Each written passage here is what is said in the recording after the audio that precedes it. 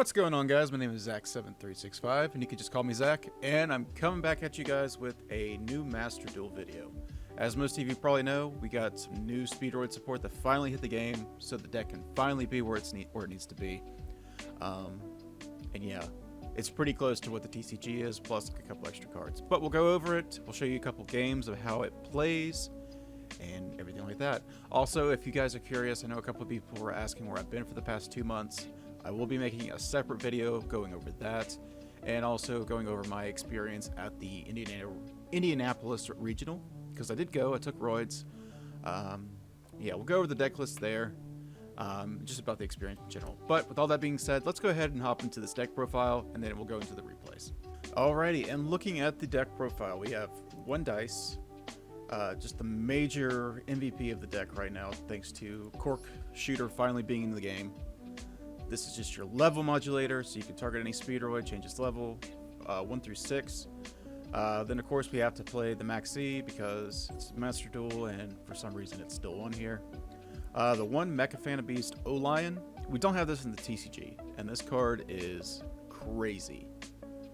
Because if you can get into Auroradon, make the tokens, Tribute 2, summon out this one, use O-Lion and the other remaining token, make a Goida, make another token. I mean, it's just free. So it's another way to keep playing in case you get Imperned, Veilered, or anything like that on the rubber band shooter. So that's pretty nice. Opted for 2 Marble Machine, just where I wanted less normal summons. I felt like having the additional copy of Tetherwolf was more impactful, since we can make Baron with that pretty easily. And without access to like Griffin Rider or a generic level 7 that summons itself, like the I believe the new Harpy Dragon or whatever that we don't have in the TCG. I don't know if it's on here or not, I haven't looked, but that was the thought process there. I wanted a better normal summon, because Marble is good, but with Hound and like O-Lion being in the game, I think Marble's kind of the weaker one of the two, but I think 2's fine. 1 Pilica for the E-Telly package. There's E-Telly is semi-limited on here, so I opted for Pilica because it's the most high-impact one. You can argue to play Nyan as well, and maybe Ghost Ogre, but Ghost Ogre just doesn't seem right in this format, because this is sort of basically the TCG format from the past like 6 months ago, with the Tri-Brigade, the Drytron, everything like that. So it felt like we really didn't need the Ogre, but Pilica is a good extender even if you draw it. You could use the extra normal summon from Rubber Band Shooter to normal summon this, bring back like the either the Duke, the Car, or even the Piper. And it doesn't matter because the effects would be negated anyway, so that gives you an access to either a level 6 or a level 7 play, which you can get into Wind Pegasus, and if you have a Car in hand or another level 3 extender to get like the extra tuner, you can make Baron that way with Wind Pegasus, which is really cool. Of course, 1 Teratop, don't need to explain it. Whole reason we're playing the deck. 3 copies attack. The best card turn 1 and turn 2 for us. The worst card going after that, because we just get the tuners out of the deck anyway, so it doesn't really matter. 2 copies at Duke, because pitching Duke off a wheel is nice, and also you just need to have one in deck in case you need to bring it out with attack, because hard drawing him is not usually the best, but wheel does circumvent that, and so does Win the Wind Channeler. 3 Ash Blossom, because it's generic. 3 copies of Speedroid Car Turbo. Car Turbo is just a free extender for us, as most of you know. It's also the attack boost. Engrave is really nice. 3 copies of Ultra Hound, just a phenomenal card. Send duplicates, make Cork Shooter, grab Wheel, or Foolish any other Speedroid card. So if you have like Speed Recovery in hand, you can kind of greed a little bit. Go Ultra Hound, send Teratop, and then Speed Recovery, revive the Teratop, and then get the Search. You can also, there's so many lines with this deck, it's amazing. Then we have, of course, 2 copies of Tetherwolf, just generates a token on summon, and he gains the level of all Mecha Phantom Beast tokens on the field, so he becomes a level 7 by his own effect. This plus Car is free Baron, plus you have an extra body on field. You have Fuki Midoshi Piper. Love this card to death. So if it's normal or special, you get to excavate the top cards of your deck equal to the amount of other wins that you control.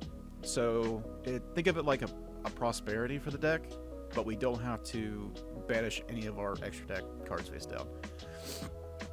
So it's great for grabbing that extra extender, that extra hand trap, whatever. Usually you're going to be using Fukimadoshi for like 5.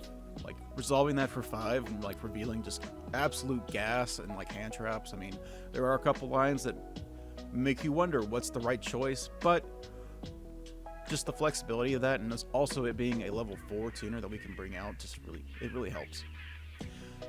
Then we have Primitive Butterfly, still running this just because we do want an extra extender that we can just special summon. Arguably you could play Hasty Horse, but I do like Primitive Butterfly just where it can't be outed by them dropping an Imperm on the field to negate like top, and then like in the same column as the Hasty Horse just to blow it up.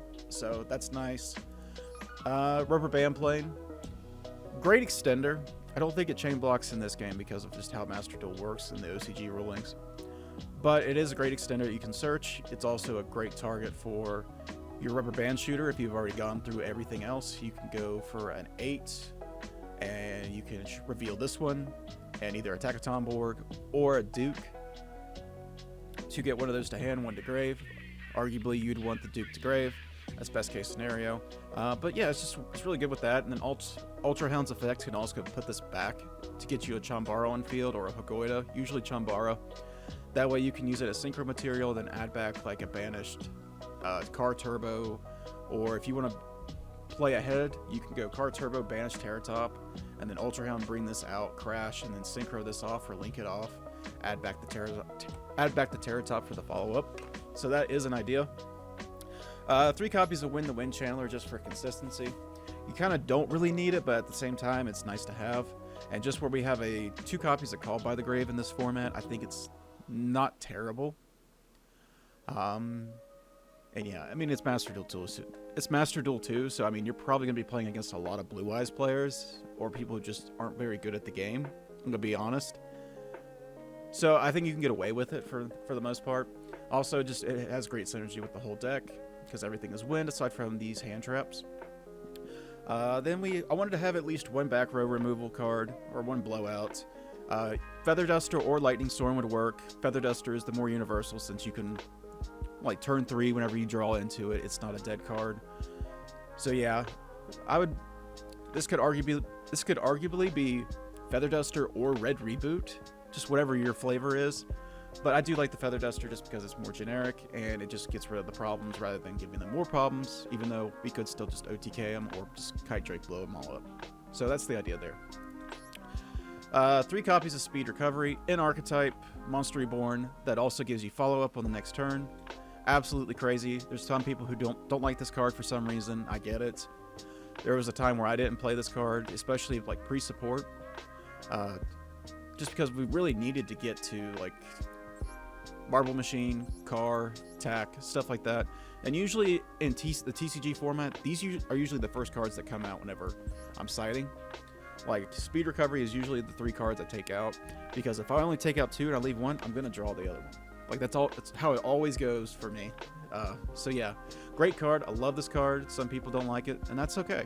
If you do want to cut this, you could probably just cut all 3 of these and put in like Monster Reborn, be able to revive a Crystal Wing or a Baron or anything like that. So that's an option as well. But Speed Recovery does basically get all your starters and your extenders back.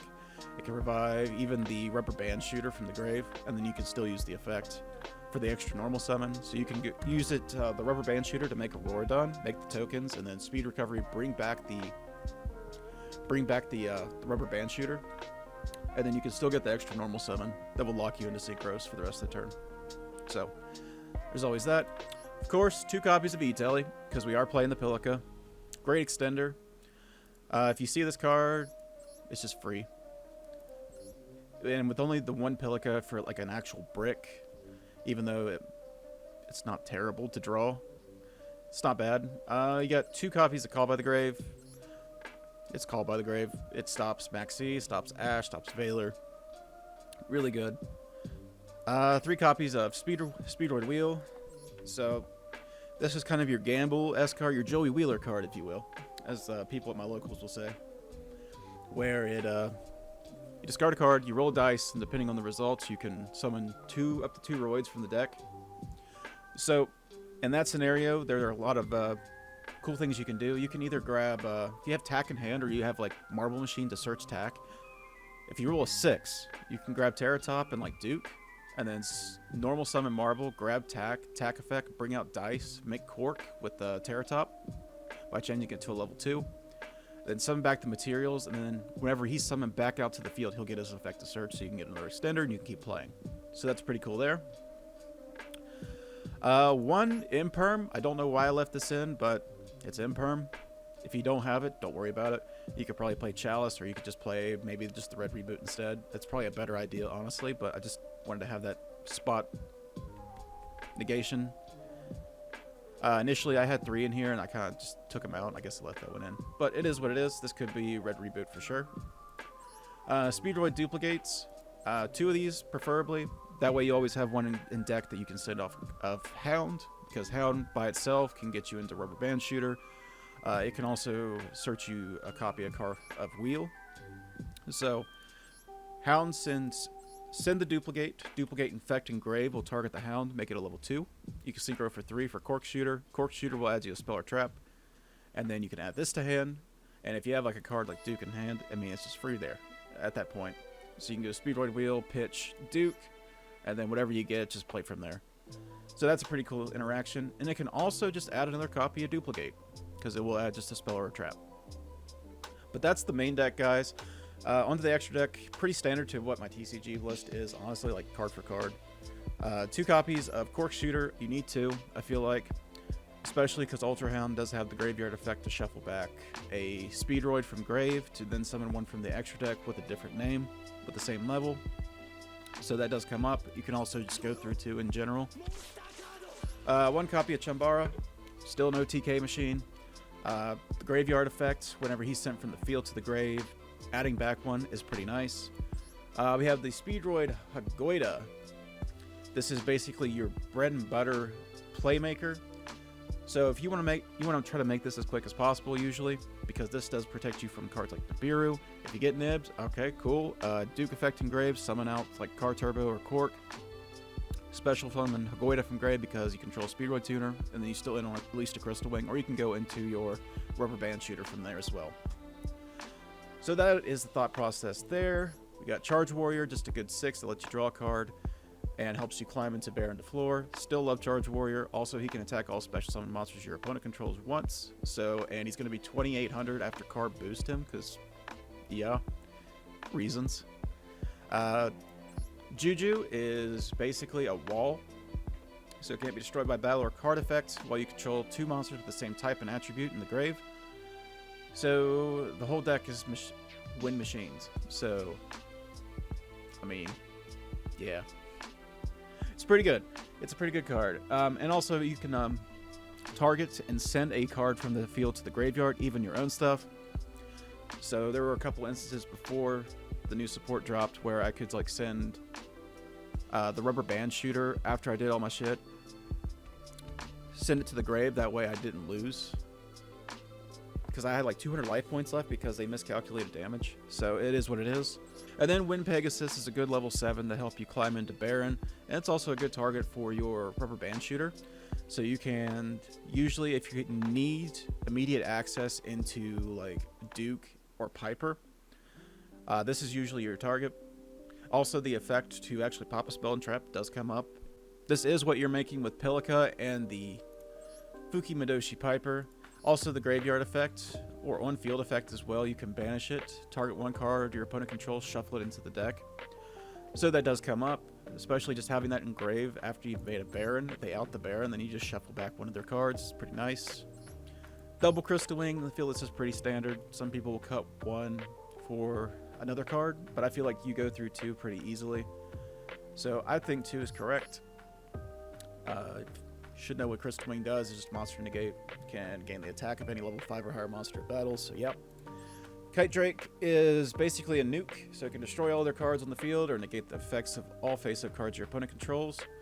And if your opponent, if this card in your possession is sent to your grave by an opponent's card, you can add 1 Speedroid monster from your deck to your hand. So this is really good, especially since they did introduce some of the new Dogmatica stuff. So if they activate Maximus to make you send 2 cards from your extra deck, you're always going to be sending the Kite Drake and the Wind Pegasus. This will guarantee that you have at least a interruption of some kind if they try to interrupt you on your turn. And also you have Kite Drake that's going to be able to search you a copy of Terra Top. Or if you already have Terra Top, you can grab Ultra Hound, Extender, anything of that nature. So that's pretty good there. Next up is Virtual World Kyuubi Shenshin. Probably one of the better monsters we do have. As you know, I mean, if you don't know what Virtual Worlds do, I mean, they're annoying. So their boss monster, what it does, it banishes all cards that would leave the field. So if they activate Lightning Storm will wipe whatever, and then Lightning Storm will be banished at res. So that's pretty cool. It also has the effect where if any of your monsters or itself declares an attack, you have the ability to put a banish card from your banish pile back to your graveyard. So you can recycle Dukes this way, you can recycle the Wind Pegasus, you can recycle speed recoveries, etc, etc. It's pretty good in that regards. And also it can just float since we do have Maxi and Ash. So we just banish one of these plus a Speedroid that we don't care about and just get it back on field pretty easy. Baron DeFleur, the big one that just came out. Thank you so much. This is an Omni Negate. It's also a pop.